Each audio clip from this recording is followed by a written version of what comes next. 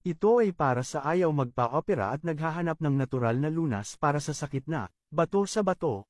Maganda at epektibo ito bilang natural na gamot, madaling hanapin at mabisang inumin sa araw-araw para sa tao na mayroong sakit sa bato o kidney stone. Napaka-epektibong gamot nito para sa mga ayaw magpa-opera, takot magpa-opera o walang kakayahang magpa-doktor. Ito ang natural na lunas bilang halamang gamot sa iyong karamdaman. Ang pag-inom regularly ng pinakuluan na murang bunga ng buko tuwing umaga wala pang kain ay mabisang lunas sa iyong sakit.